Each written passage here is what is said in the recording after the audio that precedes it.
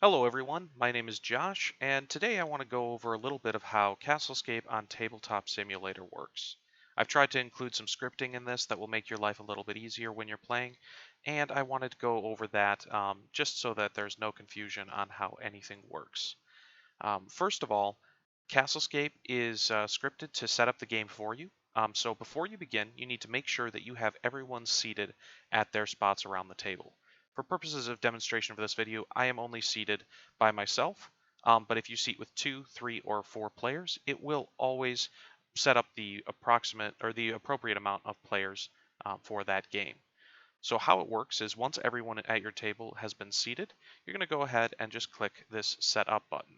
Now, also, if this is the first time you have played CastleScape on TTS, I recommend that you read the notebook. The notebook is up here, and it goes through a lot of what I am about to explain to you. All right, once everyone is seated, go ahead and hit this Setup button. You'll see that all of the components are set on the table and kind of fly into place. So for this game, once it's done setting up, will be perfectly ready for starting at your player count. Also, I should mention that this video kind of assumes that you know roughly how to play the game. I will kind of go over some of the basics as I talk about it, but for the most part, this assumes you have read the rule book. All right. In the rulebook, the first step is that players are going to choose their contracts. In order to do that, I have set up this handy little hidden zone over here. So I recommend that for the contracts that you choose, you just grab the ones you want and drag them over into the hidden zone. This will prevent other players from being able to see them, and you can still reference them over the course of the game. I also recommend, if you're not familiar with the hotkey, to use the Alt key, A-L-T. Whenever you hover over a card, it will enlarge it. So you can hover over cards and you'll just see them as much larger on your screen. The two contracts that you don't want to use, flip over, drag back to this contract deck, and then just hit the R key to shuffle them back in. Your player mat and deck will already be set up, as will your claim markers and your recruits. They are located next to your player area. Additionally, there are a couple of reference cards in the middle here. Those should be helpful if you're confused about any part of your turn. Now, when you're actually playing your turns, I have included these 3 scripted buttons on the right-hand side of your screen to make your life a little bit easier if you're not super familiar with Tabletop Simulator. In addition, there's a lot of handy things that are scripted into these, so I highly recommend using them when you're playing CastleScape. First, let's just go over Draw 1. This is the same as right-clicking on your deck and hitting this Draw button, but it's just kind of handy to have it right here. You can go ahead and click that 5 times, just pull in 5 cards into your hand, which is the hand size for CastleScape. When it's your turn, I recommend just hitting this Play All button. What that will do is it'll drop every card that's in your hand into the play area here. Just going to drag this over so you can see this is your play area. Here in the play area, you can sort these however you want. When you're playing on a physical version, it's a lot easier to see what's going on, and you might not lay down all your cards. But for this, I definitely recommend doing it, especially if it's your first time, and letting the other players kind of see it and help you through it. In CastleScape, we have the 3 phases. So first phase is to lay down all of your cards into the play area, and then to assign the units that are appropriate for them. So if I've got stone walls, for instance, that says to place 2 walls, I'm just going to grab 2 walls from the quarry, put them there. My apprentices here that each give me a recruit, I'm going to grab a recruit and drop it onto the apprentice. After you've played all your cards, phase 2 is to use your resources and or gold to do things. When you're playing, I recommend that you just set it up like this, and then you can grab your walls, place them on the game board, since walls must be placed before placing recruits. After that, go ahead and place your recruits on the game board, anywhere you'd like. I also, as a personal rule, generally use the E or the Q keys to turn cards to signify that I've used them. You don't have to do that if you can remember, but I like to do it as a good mental rule. Then, finally, we have gold. Gold, as you know, is for purchasing cards in the market here. The cost to purchase the card is in the top left-hand corner. And we have the different areas here. So we have the standard cards. This is the craftsman shop, which gives you bonus gold. Hierophants, which allows you to thin your deck out, Back Alley Bribes, which gives you more recruits, and Ramparts, which gives you more walls. Additionally, we have the new contract card, which allows you to get more contracts for the end of the game. Draw 2, keep 1, return the other to contract deck, and shuffle it. Then we have the rotating market. These cards will be refreshed at the end of your turn, so you can purchase multiple from here with any gold you have, but they do not refresh until the end of your turn. And to illustrate that, I'll go ahead and use some of this gold I've got to buy this card incentives. So I used this card, but there's nothing else I can purchase for 1 gold, so I'll go ahead and end my turn. To end your turn on Tabletop Simulator, I highly recommend you use this cleanup button. What it does is you'll see that it grabs everything in my play area, and since I didn't play this card, let's put it back in my hand. Cleanup will take everything in your play area and any cards in your hand and discard them, because in CastleScape you have to discard any unused cards at the end of your turn.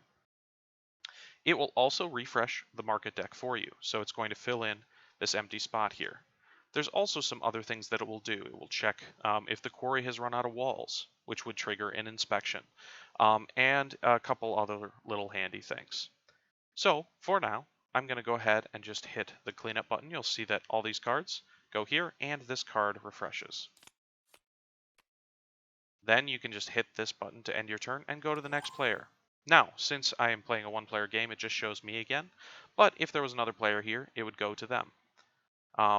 All players have these buttons in their own player color, and I recommend, once again, that you use them. So in order to take my next turn, go ahead and just draw my 5 cards, hit play all. I have 2 walls and 4 gold, up to 4 gold. So take those walls right here, put them on the card, and then I decide where to place them on the game board.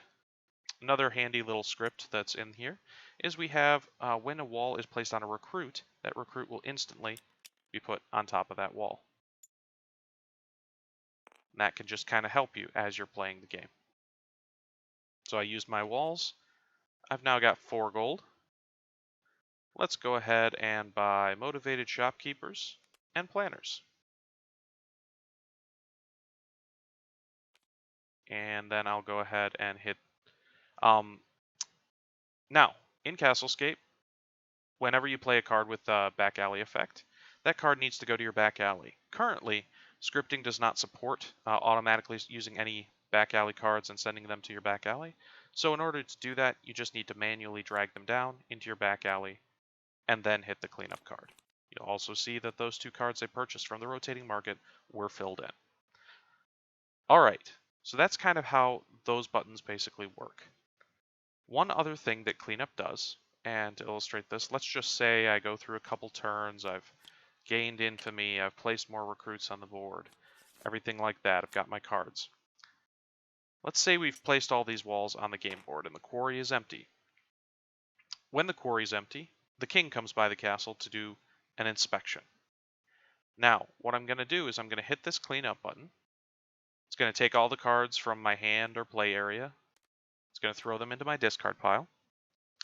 Then it's going to also delete all the cards, or rather discard all the cards that are currently in the rotating market and move them to the discard pile, because those cards are getting refreshed during the inspection. Then it's going to refill the quarry. It's also going to shift the inspection marker down, noting that we've had an inspection in our game. For a 2-player game, currently there are 4 inspections. 3 players, there are 3 inspections. 4 players, there are 4 inspections, and the different wall counts for each number. I'm going to go ahead and hit the cleanup button, and you'll see all of that stuff I just talked about happen.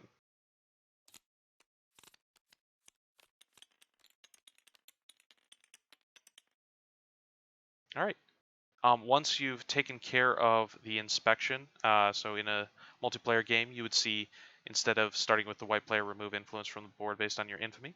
What this does is it checks whoever's turn it is, and the player to the left of that player, whose turn is next, will have to remove infamy first. That's how the rule is in CastleScape. So once everyone's gone around, you've done that. You've pulled your recruits off. You've reset your infamy to whatever your corruption is. Take my recruit off. And you have awarded any occupation bonuses for completed Baileys. Then you play continues with the next player's turn. You keep playing until you have run the appropriate amount of inspections. Going to go ahead and just hit this again. It's going to clean everything up. Going to do it again.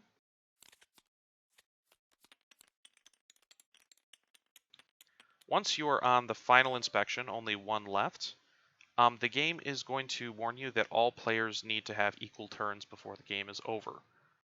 I'm going to go ahead and remove these one last time. All right, see the final inspection has been triggered. Continue play until all players have had an equal number of turns. Then resolve the final inspection. The final inspection is a little different if you've read the rules, but basically all players need to have equal turns. So keep note of who took the first turn in the first turn of the game. Once all players have done that, and you can pull any extra walls you need from the bag during this time. There's no limit on the amount of walls that you can put on. It's just you only have it refill 4 times in a 2-player game. Once all that has been done and everyone's had their final turn, you can tally up the final score for the game. So that's the basics of kind of how the scripting works for Tabletop Simulator. If you have questions, comments, or want your questions answered, please feel free to ask me in the comments or send me a message. You can also email me at praetorianboardgames@gmail.com. Please feel free to reach out, and I look forward to hearing from you. Thank you very much. Bye.